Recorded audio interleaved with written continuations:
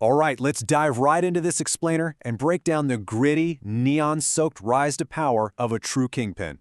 We are stepping into the chaotic, vibrant, and utterly ruthless world of Tommy Vercetti.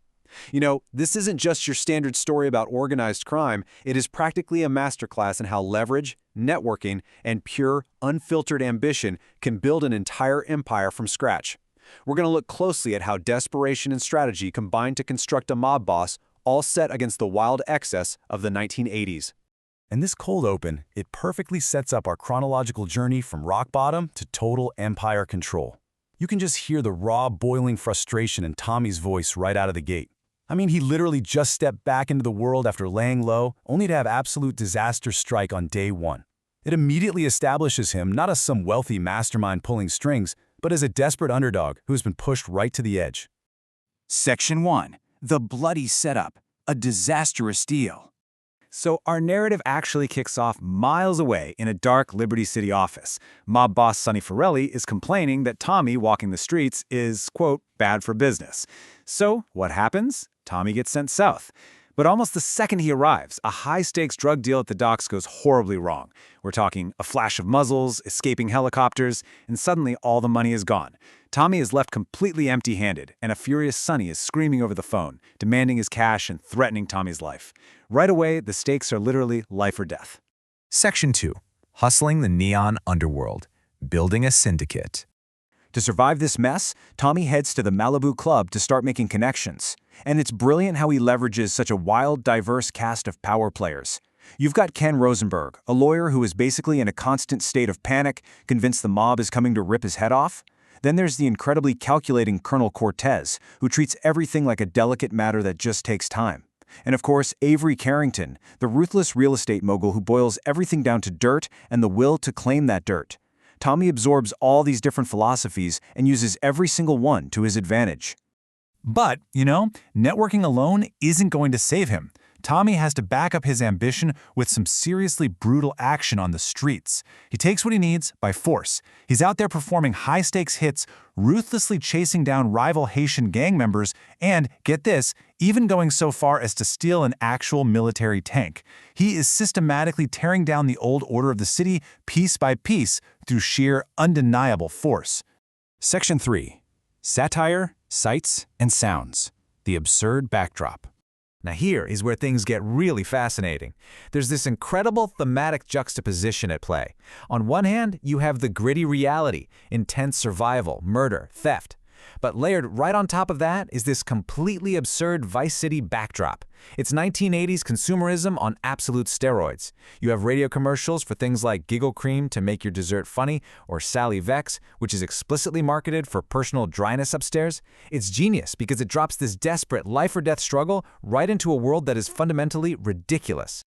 And this satirical chaos spills right onto the radio airwaves. You tune in, and there's Maurice Chavez on Vice City Public Radio hosting these totally earnest philosophical debates on morality. He's sitting there asking deep questions like, why are we here? Meanwhile, completely oblivious to the broadcast, Tommy is literally tearing the city apart right outside the studio doors. The contrast is just so sharp and highly entertaining. Section 4. The 6-Star Heat. Overwhelming Force. So, naturally, Tommy's aggressive hustle quickly attracts some massive heat from the law. And the escalation is just insane. It starts out chaotic but somewhat grounded, right? Just ramming police squad cars with a weight truck on the beach. But then, he completely unleashes destruction, crushing everything in his path with a rhino tank. And it peaks with him literally firing an M60 machine gun directly at a police helicopter.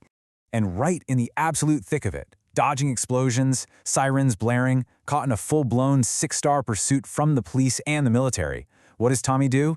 He confidently, almost casually, declares his absolute authority. I run this town now. That is a bold statement of dominance from a guy who flat-out refuses to back down no matter what they throw at him. Section 5.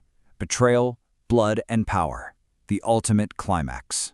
Everything builds to this one massive confrontation at the Vercetti estate. Standing right at the top of his mansion stairs, Tommy faces the ultimate betrayal. Lance Vance, the guy who fought beside him to build this entire neon empire, turns his back on him. And he does it so coldly too. He just reduces their entire partnership, all that shared blood and sweat, to a simple transaction. This is Vice City. This is business. I sold you out. It is a chilling reminder that in this world, trust is your biggest liability. The entire emotional anchor of this climax, and honestly the whole story, boils down to just one number: 15. This represents the 15 years of life that Sonny Forelli claims Tommy stole from him. It's that ultimate, deeply held grievance that brings Sonny all the way down south to finally collect what he thinks he's owed. But Tommy? No way is he accepting that narrative. He takes that exact accusation and flips it right back at Sonny like a weapon. Tommy's the one who spent 15 years keeping his head down, doing the time, and losing his prime. With that declaration, he launches into this epic, slow-motion shootout right through his own mansion. It is a bloody, chaotic final stand that leaves Sonny dead on the marble floor. The past is violently, finally severed. After the smoke finally clears, there's this really eerie calm. Standing out on the balcony, looking over the neon skyline, Tommy turns to a completely shell-shocked Ken Rosenberg and confirms it. They didn't just survive, they won. They are officially the ones in charge now. The coup was a success. It's the beginning of a beautiful business relationship.